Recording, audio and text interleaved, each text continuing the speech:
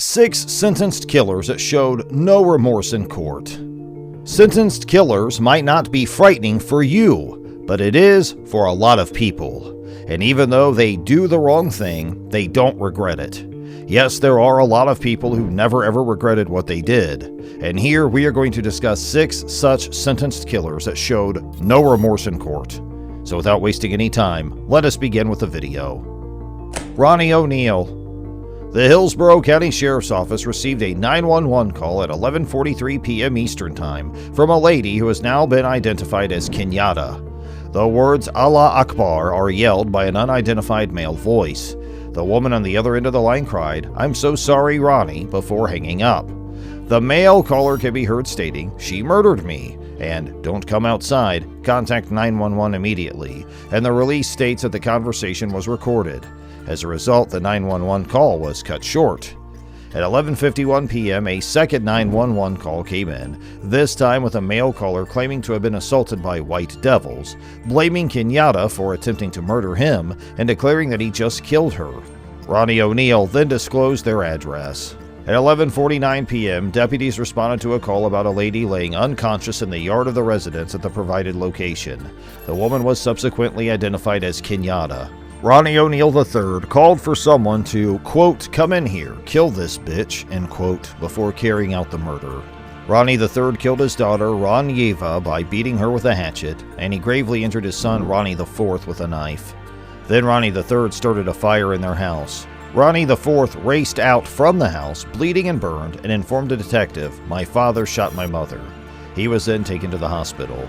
I am not sorry for something I did do, and I am not sorry for the things I did do. The cops had to tase Ronnie III to get him to submit to arrest. William McDonald. McDonald joined the Army and was later moved to Lancashire Fusiliers, even though this was years before he went on his murdering spree. McDonald had been raped by a corporal while hiding out in an air raid bunker one night. Initially, he was sorry for what had transpired, but he quickly came to understand that he was having fun. At that moment, he knew that he could choose homosexuality. In time, he fully embraced his homosexuality and began actively pursuing male partners in public facilities such as restrooms and watering holes.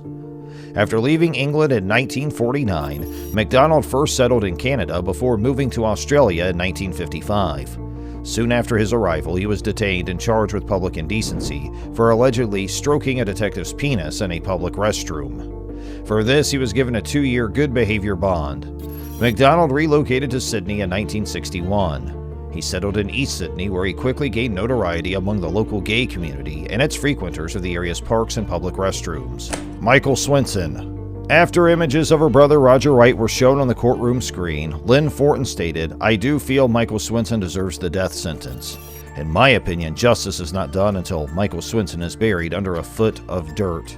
She told the court that any punishment short of death for the guy who murdered her brother outside a bar in Old Orchard Beach is not enough. On June 21st in York County Superior Court, Swenson, age 46 of Scarborough, pled guilty to killing White. As part of his plea deal, he was looking at 25 to 40 years in jail. I then intentionally, deliberately, and with premeditation shot the clerk, causing her to die. I did this with a specific intent to kill her. Police say that after 12 minutes, Swenson returned to the pub where he had stabbed White 4 times, slashed his throat, and attempted to bury his corpse beneath a mattress. Thomas T.J. Lane. The shooting at Chardon High School took place on February 27, 2012 in Chardon, Ohio, in the United States. Within the subsequent 2 days, 3 male pupils had already passed away due to the occurrence. 2 additional students needed medical attention. One had several critical injuries that would need considerable rehabilitation, while the other had a less severe injury. The severely hurt sufferer had been diagnosed with lifelong paralysis. A 6th pupil had a minor cut or scrape. Students recognized 17-year-old juvenile gunman Thomas T.J. Lane III, despite allegations that a warning had been put online. As of the evening of February 28th, officials had established that the juvenile suspect was indeed Lane, despite initial reluctance to officially identify him following his arrest. Lane fired his .22 caliber pistol toward the building. He acknowledged firing 10 shots from the revolver during the incident, which started in the school cafeteria at about 7:30 a.m., just after school had begun, according to the prosecutor's statement during the first court hearing.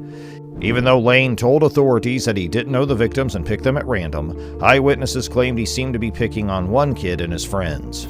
Following the investigation, Lane was indicted on 3 charges of first-degree murder, 2 counts of attempted first-degree murder, and 1 act of felonious assault. As a precaution, he was first held in juvenile detention. On March 19, 2013, 3 life sentences were handed down to Lane. Joanna Dennehy. Joanna Dennehy is a serial murderer who killed 3 men in Peterborough and is now imprisoned for life. At her sentence, the judge stated that he thought Dennehy, who was 16 when she ran away, should never be freed from prison. Joanna Dennehy had run away from her family at the age of 16, who had not seen or heard from her since. She admitted to 3 deaths in March 2013 that occurred in what became known as the Peterborough Ditch Murders.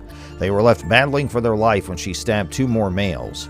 She was eventually labeled as having psychopathic, antisocial, and emotional instability illnesses by psychiatrists.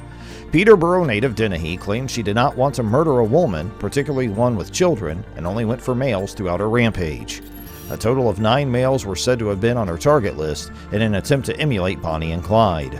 When she encountered Alexandra Cruzier, a former university professor, in the prison gym, she became besotted with her. In 2018, the 2 were discovered together with life-threatening injuries to their necks and wrists, suggesting that they had participated in a suicide pact. After becoming separated upon their return, Dennehy attempted suicide once again. Cruzier, a specialist in equine science, has since been released, but she and the triple murderer triggered another security alarm when she attempted to give her a ring during their visit. Earlier this year in July, it was rumored that she was writing erotic literature in which a woman had sex with guys before killing them. Gary Ridgway. The Green River Murderer, or Gary Ridgway, born Gary Leon Ridgway in Salt Lake City, Utah on February 18, 1949, was an American criminal and the country's most prolific convicted serial killer. Although he pled guilty in 2003 to just 48 killings, he claimed to have murdered as many as 80 women in Washington throughout the 1980s and 90s, many of whom were prostitutes. How do you plead to the charge of aggravated murder in the first degree, as charged in count 2? Guilty. Guilty. Guilty. The area that is now SeaTac in Washington was where Ridgway spent his childhood. His mom worked in sales while his dad drove a bus.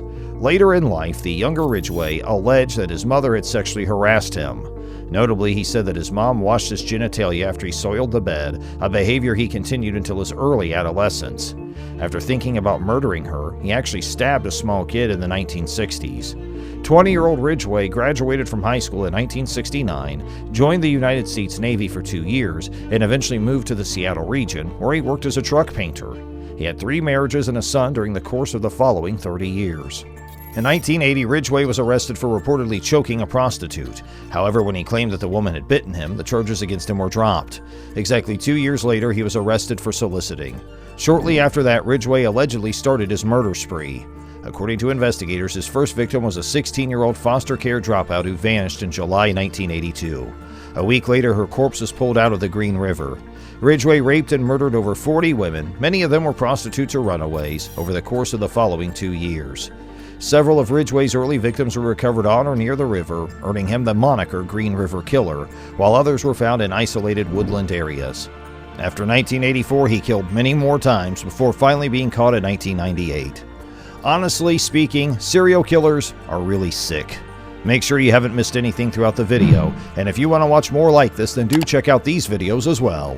Subscribe to our channel for regular updates, and we'll see you in the next one.